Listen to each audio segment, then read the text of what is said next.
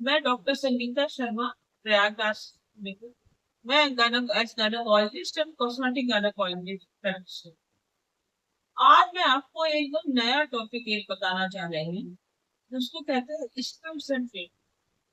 आप में से बहुत से लोग स्टेम सेल के बारे में जानते होंगे। स्टेम सेल वो सेल है जिससे बॉडी के कोई भी अंग को बनाया जा सकता है।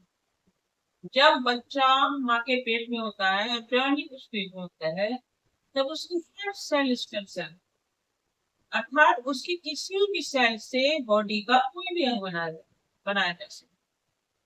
जब बच्चा पैदा होता है तो भी उसकी बॉडी में स्टेम सेल्स होती है, लेकिन वो एम्ब्रियोनिक स्टेज से कम हो जाती है।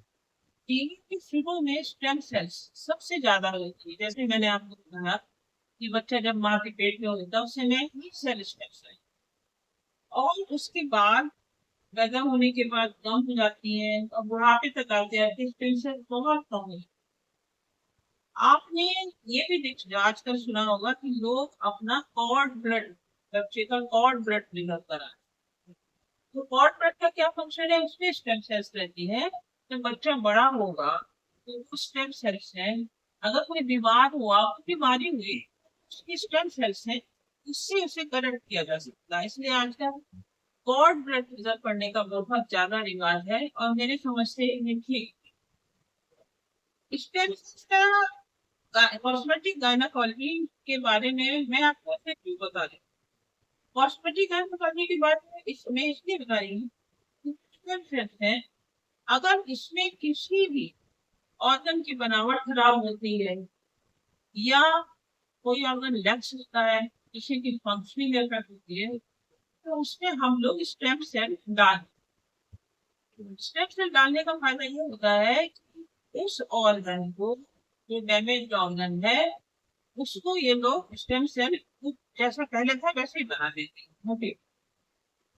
तो स्टेम सेल्स का ये होता है कि जैसे अगर किसी लेडी का पीरियड बंद हो, आ ही नहीं रहा, तो उसमें क्या होता है कि ओवरी में ओवा नहीं बनता। उस पोजीशन में हम लोग बॉडी का फैट से लेकर उससे एक तरह की stem cells होती है, उसको हम लोग ओवरी में सेट करते हैं।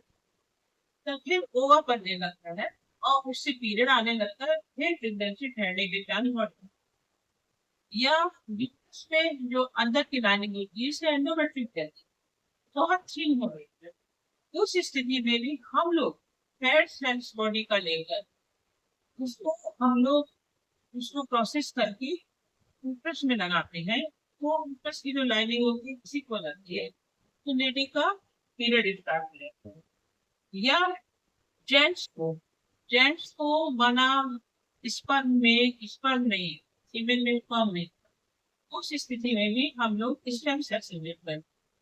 लेडी हो चाहे जेंट्स हो, हम लोग फैट की कॉमनली स्टेम सेल यूज करते हैं, और वो स्टेम सेल जो बॉडी के जिस पार्ट्स में एक्सेस फैट होता है, जैसे लोअर एब्डोमेन में, थाई में, वो वाली स्टेम सेल हम यूज करते हैं। और वो स्टेम सेल हमें प्रोसेस कर चेंज कर देंगे, क्योंकि अपने बॉडी का फैट यूज करते हैं, इसलिए कोई एलर्जी या ऑटोइम्यून रिएक्शन के चांसेस नहीं। इसमें एक और प्रोसीजर है, जैसे हम लोग उसे ओश और पीस पढ़ते हैं।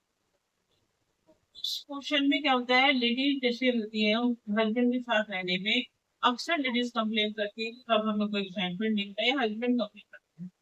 तो एक खास पोजीशन पे हम लोग इंजेक्शन लगाते हैं, तो उससे ये समस्या है। मेनली आप ये जानिए कि आजकल stem cell recent treatment modality है गायनोकोलॉजी में, नई बहुत सी बीमारियों में, हार्ट डिजीज में, डायबिटीज, इसलिए क्योंकि वो स्टेप कोई भी बॉडी का ऑर्गन बनाने में हेल्प कर सकते हैं। इसके रिजल्ट क्या क्या होते हैं स्टेम सेल्स के? नंबर एक तो ये स्किन की टोन ठीक कर देती है, जैसे रिंकल्स कम हो जाएंगे, स्पॉट्स कम हो जाएंगे, लाइंस कम हो जाएंगी, और यूट्रस की एंडोमेट्रियम अगर थिन है तो वो थिक हो जाएगी। और एज के साथ फटीग टायर्डनेस बहुत हो जाता है, तो फटीग और टायर्डनेस भी कम हो जाती है, इसके कारण एनर्जी बढ़ जाती है, स्टेमिना बढ़ जाता है, क्योंकि स्टेम सेल्स यंग सेल्स हैं, और वो जो नए सेल्स जो बना रही है वो भी यंग होते हैं। बॉडी में पेन, स्टिफनेस, जॉइंट पेन, ये सब कम हो जाते हैं और मूड एलिवेशन में, जैसे लिखा होगा ना कि एल्डरली लोग इंटरेस्ट रहते हैं, हमेशा परेशान रहते हैं, टेंशन में रहते हैं, उसको एलिवेट करते हैं। और ब्लड ब्लड कई तरह के कार्सिनोमा में, कैंसर्स में, एनीमिया में भी ये काम आता है। स्टेम सेल्स कॉमनली मैंने आपको बताया कि फैट से जैसे एब्डोमेन, थाई और मोस्टली इधर से ही लिया जाता है। और अनकॉमनली थोड़ा सा जहाँ ज्यादा फैसिलिटी है वहाँ बोन मैरो सिस्टम, जैसे बोन मैरो से हमने ब्लड लिया और उसको प्रोसेस करके उससे से स्टेम सेल निकालिए और उसको बॉडी में मिल गया। बोन मैरो की स्टेम सेल्स बहुत बेहतर क्वालिटी के होते हैं, रिजल्ट बहुत अच्छे होते हैं, क्योंकि आप जानते हैं कि स्ट्रोक स्टेम सेल से ब्लड, बोन मैरो से ब्लड बन, और मोस्टली ये स्टेम सेल्स हम लोग ईलियक प्लस से लेते हैं, कि जो पेल्विक बोन फीमर से हम लोग इसको लेते हैं और इसको फिर जहाँ भी जरूरत होती है वहीं हम लोग करते हैं। और इसको कॉर्ड ब्लड में अगर किसी के मतलब कि मैंने बर्थ के समय कॉर्ड ब्लड रिलीज कराया है तो वो स्टेम, उसकी स्टेम सेल्स लाइफ टाइम काम आती है। माना आप अगर 30, 40, 50, 60 ऐसे हुए तो सिलनेसेस ले रही तो उसमें आपकी जो कॉर्ड ब्लड की स्टेम सेल्स है उससे आप लोग प्रोसेस करके उस ऑर्गन में डाल देते हैं, जिससे कि वो ऑर्गन की फंक्शनिंग नॉर्मल हो जाती है और इसी स्थिति में हो जाती है। मैंने ये stem cells bone marrow, fat से और कॉर्ड ब्लड से ली जाती है। बॉडी में कई बार बॉडी में डेवलपमेंट करती क्या है, ये कोई भी टिश्यू बना लेती है, जैसे मसल है, बोन है, हेयर्स हैं, और फैट फैट कहीं फैट कम है तो वहाँ फैट भी बना लेंगे। और ये ग्रोथ फैक्टर सिक्रीट करती है। ग्रोथ फैक्टर का मतलब ये है कि किसी भी टिश्यू की, ऑर्गन की ग्रोथ कम हो गई है उसको बढ़ाती है और भागी ब्लड सप्लाई कराती है। स्टेम सेल के बारे में जानना इतना जरूरी है कि स्टेम सेल हम लोग की गायनेकोलॉजी में बहुत ही, जिन लेडीज के बच्चे नहीं हो रहे, हार्मोन की गड़बड़ है, उनमें यूज हम लोग करते हैं। जेंट्स में स्पर्म नहीं है उसमें हम लोग यूज करते हैं।